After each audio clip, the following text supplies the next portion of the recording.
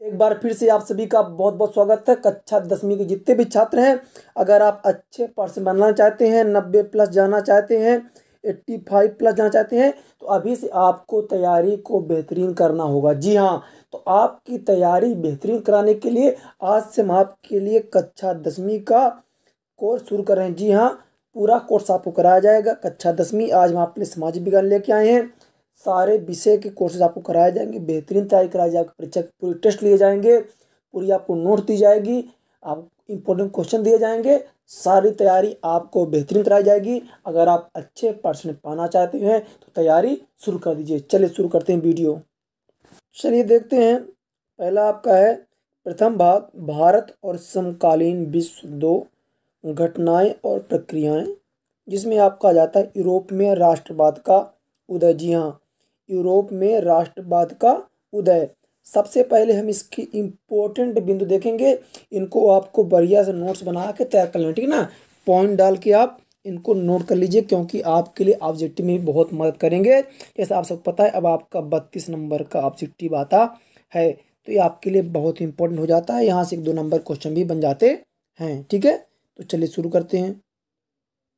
आपका देखिए पहला प्रश्न में जाता है कि फ्रेडरिक सरियू कौन थे, ठीक है।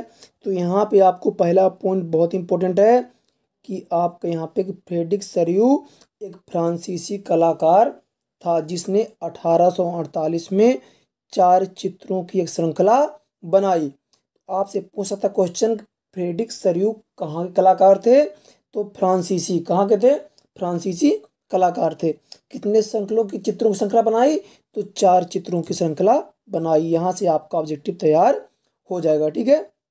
तो पहला आप नोट कर लीजिए कि फ्रेडरिक सरियू एक फ्रांसीसी कलाकार थे, जिन्होंने 1848 में, कब? 1848 में 4 चित्रों की एक श्रृंखला बनाई। कितने बनाई?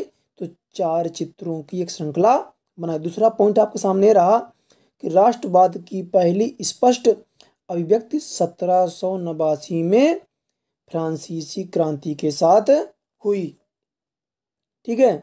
चलिए अगला पॉइंट देखते हैं। सारे पॉइंट को आपको नोट कर लेना है। चलिए तीसरा पॉइंट देखते हैं। एक जर्मन पंचांग का या तिथि पत्र का एक मुख्य पृष्ठ, जिसे पत्रकार एंड्रियास रेबमान ने 1758 में डिजाइन किया। इस चित्र के साथ एक नारा दिया गया, लोगों को अपनी आज़ादी मुट्ठी में कर लेनी चाहिए, ठीक है। अगले पॉइंट पे चलते हैं।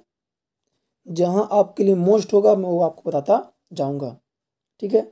चौथा पॉइंट आपका आता है, इनको आपको नोट कर लेना है।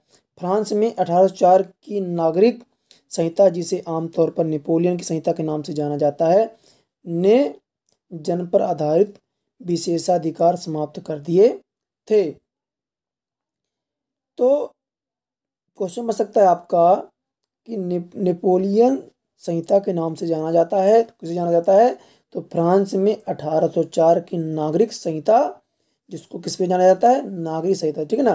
फ्रांस में 1804 में नागरिक संहिता को नेपोलियन संहिता के नाम से भी जाना जाता था। और इसमें क्या किया गया? जन्म पर विशेष जो अधिकार थे समाप्त कर दिए गए थे, ठीक है। फिर आपका 1797 में नेपोलियन का इटली पर हमला, ठीक है। और इसी से क्या हुई? नेपोलियाई युद्धों की शुरुआत कब हुई? तो 1797 से हुई, ठीक है ना। नेपोलियाई युद्धों की शुरुआत कब से हुई? तो 1797 से हुई। तो नेपोलियन ने इटली पे हमला कब किया? तो 1797 में इटली पे हमला नेपोलियन ने किया। फिर आपका जो है 1814 से 15 में नेपोलियन का पतन हुआ। और कौन सी संधि हुई? तो वियना शांति संधि। कब हुई? तो 1814 से 15 के बीच में हुई, ठीक है। और क्या हुआ? नेपोलियन का पतन हुआ। फिर 1821 में क्या हुआ आपका? इसमें 1821 में यूनानी स्वतंत्रता के लिए संघर्ष प्रारंभ हुआ, ठीक है। फिर 1848 में फ्रांसीसी क्रांति कब हुई? तो 1848 में हुई। ये चीज़ें आपके लिए ऑब्जेक्टिव बहुत करने वाली हैं। चलिए आगे बढ़ते हैं। तो 1859 से 1870 में इटली का एकीकरण हुआ। तो आपसे पूछ सकता है कि इटली का एकीकरण कब हुआ, तो 1859 से 1870 के बीच, और जर्मनी का तो 1866 से 1871 के बीच जर्मनी का हुआ, और इटली का 1859 से 1870 के बीच। ठीक है, याद रखिएगा। फिर आ जाता है कि 1834 में प्रशा की पहल पर एक शुल्क संघ जाल्बे राइन स्थापित किया गया, जिसमें अधिकांश जर्मन राज्य शामिल थे। तो याद रखिएगा 1834 में प्रशा की पहल पर शुल्क संघ, है ना, जाल्बे राइन यहाँ पूछ सकता है कि शुल्क संघ जाल्बे राइन कब स्थापित हुआ, तो 1834 में हुआ। तो इसमें कौन थे, तो जर्मन राज्य बहुत थे। ठीक है, फिर ये आपका पॉइंट आ जाता है अगला, आपके बहुत इंपॉर्टेंट है कि 1832 की कुस्तुनिया की संधि ने यूनान को एक स्वतंत्र राष्ट्र की मान्यता दी। तो यूनान को स्वतंत्र राष्ट्र की मान्यता किसने दी, तो 1832 की, है ना, कुस्तुनिया की संधि। याद रखिएगा, यूनान को स्वतंत्र राष्ट्र की मान्यता किसने दी, तो 1832 की कुस्तुनिया की संधि ने। चलिए आगे बढ़ते हैं। 1848 में खाने पीने कमी और व्यापक बेरोजगारी से पेरिस के लोग सड़कों पर उतर आए। ठीक है, पूरी चीज़ें मैं आपको डिटेल से नोट करवा रहा हूँ, इन सबको आपको नोट कर लेना है। ऑब्जेक्टिव क्वेश्चन आंसर भी आपको मैं बताऊंगा।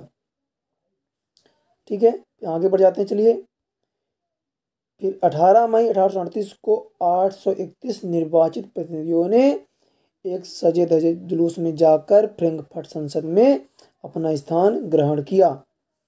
ठीक है, ये इंपॉर्टेंट पॉइंट आ जाता है आपका कि जनवरी 1871 में वर्साय में हुए एक समारोह में प्रशा के राजा विलियम प्रथम को जर्मनी का सम्राट घोषित किया गया।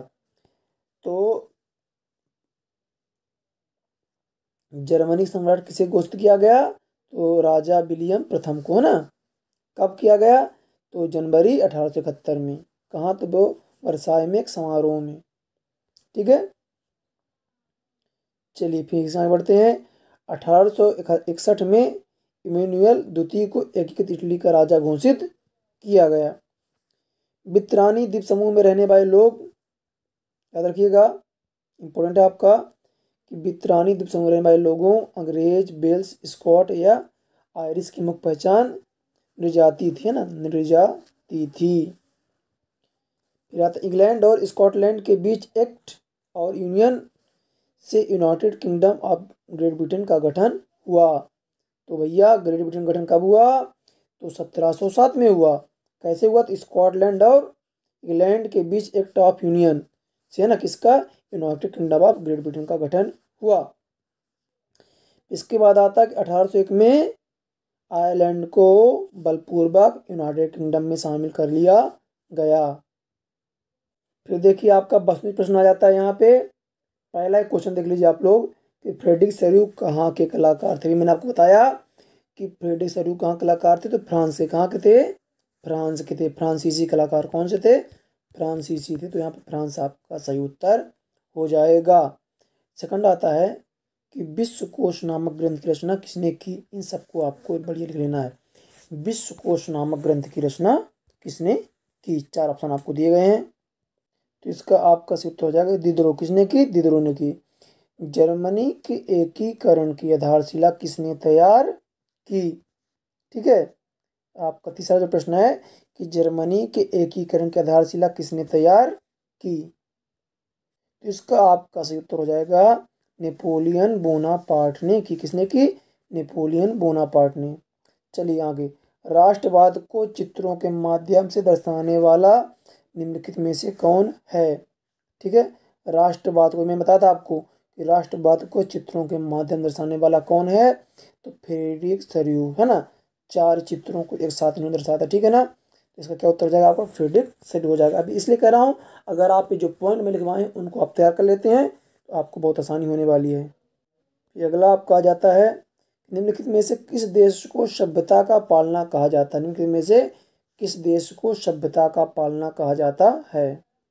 ये आपको हो जाएगा यहाँ पे यूनान। क्या हो जाएगा आपका, यूनान को। ठीक है, चलिए 1832 में कुस्तुनिया की संधि ने किस राष्ट्र को स्वतंत्रता की मान्यता दी। पॉइंट आपका आ चुका है। ठीक है ना, कि 1832 में कुस्तुनिया की संधि ने किस राष्ट्र को स्वतंत्रता की मान्यता दी, अभी मैंने आपको बताया था। तो यहाँ पे क्या हो जाएगा उत्तर आपका हो जाएगा यूनान। क्या हो जाएगा आपका यूनान आपका सही उत्तर होगा। आगे चलते हैं, देखिए अगला क्वेश्चन आपका आ जाता है आपके सामने रहा कि मैटरनिक ने किसको सामाजिक व्यवस्था का सबसे खतरनाक दुश्मन बताया। ठीक है, मैटरनिक ने किसको सामाजिक व्यवस्था का सबसे खतरनाक दुश्मन बताया। 4 ऑप्शन आपके सामने दिए गए हैं, तो इसका आपका सही उत्तर हो जाएगा मैथ्सिनी को। ठीक है ना। फ्रांस में किसकी छवि सिक्कों और डाक टिकटों पर अंकित की गई। बहुत इंपॉर्टेंट क्वेश्चन है कि फ्रांस में किसकी छवि सिक्कों और डाक टिकटों पर अंकित की गई। 8वां नंबर है आपका। आपको हो जाएगा यहाँ पे मरियन, है ना, किसका हो जाएगा मरियन का। फिर आंखों पर पट्टी बांधे हुए और तराजू लिए हुए महिला किस बात की प्रतीक है। आंखों पर पट्टी बांधे हुए और तराजू लिए महिला किस बात की प्रतीक है। तो आपका हो जाएगा यहाँ पे देख लीजिए न्याय का। क्या हो जाएगा आपका न्याय का हो जाएगा। फिर आपका आ जाता है यहाँ पे एकीकृत इतालवी गणराज्य के लिए एक कार्यक्रम प्रस्तुत करने की कोशिश किसने की। तो मैथ्सिनी। ठीक है ना। अब इसका अगला पार्ट बहुत जल्द आएगा, है ना। कल आपको इसी टाइम पे इसका पार्ट 2 मिल जाएगा, जिसमें आपको खालिस्तान, सही जोड़ी, एक बाक और क्वेश्चन आंसर आपको मिल जाएंगे। इसी तरह से वीडियो के लिए आप चैनल सब्सक्राइब कर लीजिएगा और अपने दोस्तों को भी शेयर कर दीजिए। ठीक है ना। ज़्यादा लोग जुड़े, आप क्लास सब कंटिन्यू शुरू कर दी गई हैं।